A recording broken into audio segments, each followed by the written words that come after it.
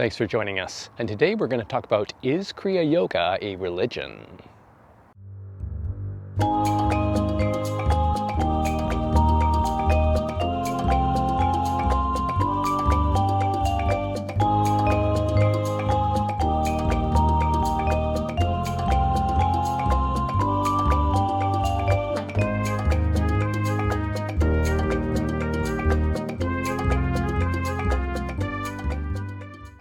So the origins of Kriya Yoga, we know as far as back that we can verify as Lahiri Baba Lahiri Mahashai, who we consider as the originator of Kriya Yoga. And Kriya Yoga is a very effective means that utilizes something called the pranayama technique, which is a technique of life force control, if you will, to get into an internalized state, what we call pratyahara in yoga. And consequently, one is drawn into successively deeper and deeper states of awareness until one reaches what is called samadhi, which is a superconscious experience. And in the late 19th century, Lahiri Baba was teaching Kriya Yoga to a variety of students in Benares in India. And the thing about Lahiri's background is that he was a Brahmin. He had the sacred thread and he had a religious orientation, if you will, which was that of being a Brahmin. And he read the Bhagavad Gita and he talked about the Bhagavad Gita. So all of those things that are related to Hinduism, or what is also called Sanatana Dharma, he had that background. But he didn't just teach to other Brahmins. He taught to students of a variety of different castes and religions, and he didn't exclude people.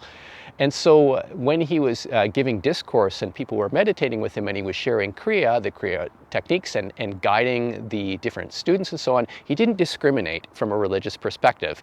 And he didn't exclude the teachings of what he called Sahaja Yoga, which is the original yoga, if you will. He didn't exclude people from different religious backgrounds. So Lahiri would give initiation to people regardless of their religious background. And so if you look at some of his commentaries about the Bhagavad Gita, which is where he's provided most of the information and the information from some of his diaries, and in those commentaries, Lahiri would talk about his inner experiences, right? And so he would have the experience and then share his insights with his disciples. And so this approach is a very pragmatic approach, because what he didn't say is he didn't give an orthodox interpretation of a particular Gita passage. What he did is provide his inner perception when he got into the state that they were referring to in the Gita. So often you read his commentaries and he talks about the kutastha, right? This inner experience, getting into an inner experience where he's completely absorbed in his spiritual perception, right? In samadhis, right? His perception of a personal type of God. So for instance, if it was Shiva, if it was Vishnu, Kali, whatever, and then he would become absorbed in that conception of the divine and have a samadhi, have a oneness with that aspect of the divine. So when he makes his commentaries, they're very archetypal, right? So then he'd explain his direct experience of those inner states and then make reference to those Gita passages. And so then it helped his students to put those religious writings into context, to understand what they're talking about. But he didn't teach by rote, right? Meaning that you need to believe what I say and only that. He would share his experience, he would encourage them to go into states, he would give them advice.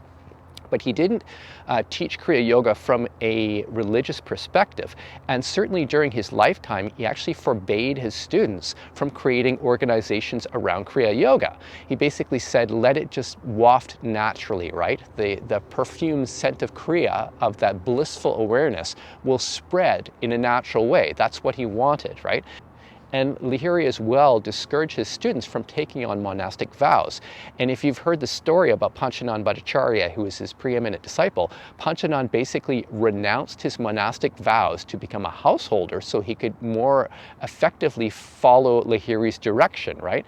And in this particular case, Lahiri's advice was that the monastic vows actually interfered with Panchanan's ability to progress in his sadhana, in his spiritual practice. So as a result of that, Lahiri discourage monastic vows. Now, not that monastic vows can't be helpful for some folks who need that structure. They feel they need the support and they need to get away perhaps from, where they were previously, that maybe their upbringing wasn't supporting their spiritual practices. So that's differently understandable. And certainly monastic vows and being part of a religious community is not in any way a prerequisite for getting into deeper states of Kriya Yoga. And my teacher Forrest Knudsen often talks about his experience in the Self-Realization Fellowship ashram. Got to a state where his experiences and his knowledge was either equal or greater than the monastic teachers. So he basically got to the end of the road and then realized that he had to go beyond that to progress, right? So in the late 1800s, Lahiri started it as a householder path. Later, under Paramahansa Yogananda, right, who came from India, was Sri Yukteswar's disciple. He was a monk, right, ordained by Sri Yukteswar, and then came to the United States to preach Kriya Yoga in the context of a sort of monastic and lay disciple, organization, right? So, he started originally when folks came, his students came in America, and, some people were learning and they were teaching, and they weren't actually, they didn't receive the Swami order vows at that time at all. That was something that came later with Dayamata, also known as Fay Wright, right? So she implemented the sort of monastic order, if you will, in Self-Realization Fellowship as part of an extension of the Swami order from India.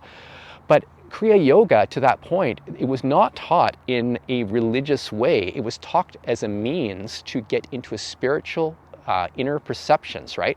So Lahiri had students who were from all different religions, as I said, and he didn't tell them what to experience. What he gave is keys, right? These particular techniques of Kriya to have inner perceptions so they could realize and become one with their concept of the divine.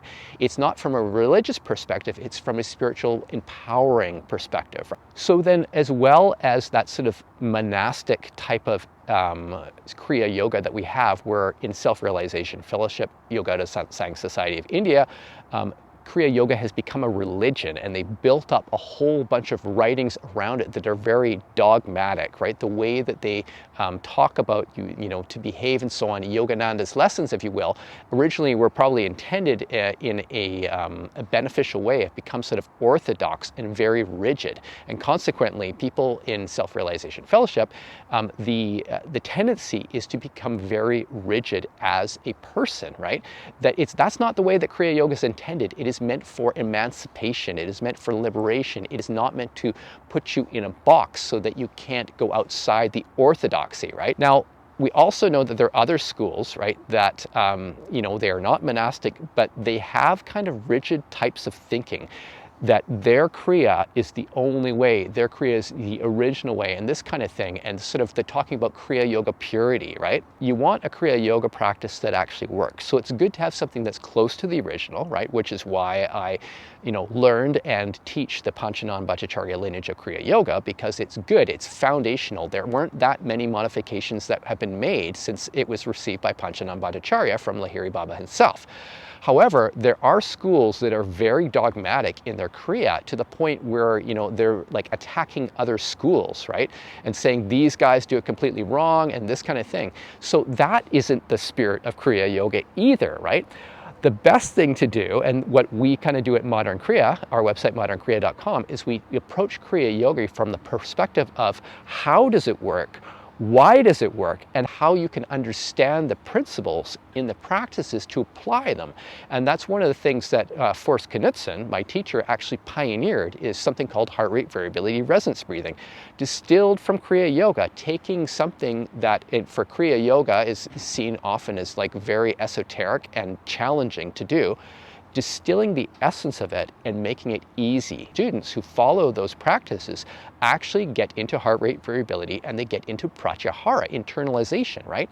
And in many cases, in 5 minutes or less, they start to experience that feeling, the galvanic skin response, the freeze response, which is pratyahara. They start to get into an internalized state in meditation. And they're not part of a religion, right? They don't even know what Kriya Yoga is, but they're using a distillation of the Kriya Yoga practices to get results, right? So that's the point in Lahiri's original intention with Kriya Yoga, is that it's applicable to one's life. You don't need a religion to apply it. it, right? And if anything, it actually leads you into a natural spiritual experience because you're opening yourself up, right? You're having an internalized experience, and then you start to experience this vista of spirituality that you have been, for most people, have been completely unaware of, right?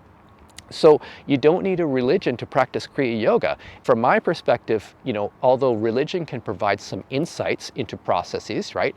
One would want to verify what's in those religious books, because when people are quoting the Gita and all this kind of thing without any inner realization, they're really hypocritical, right?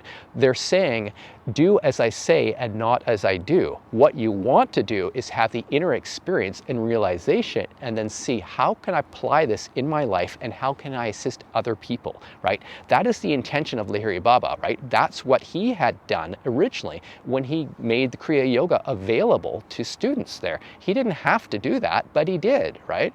So now we have this wealth of practices that we can build on to empower ourselves and others, and we don't need a religious context to do it. So if you have any questions about this video, feel free to send me an email at info@modernkriya.com. Also check our website at modernkriya.com and our YouTube channel. So thanks for joining us, and we will see you next time.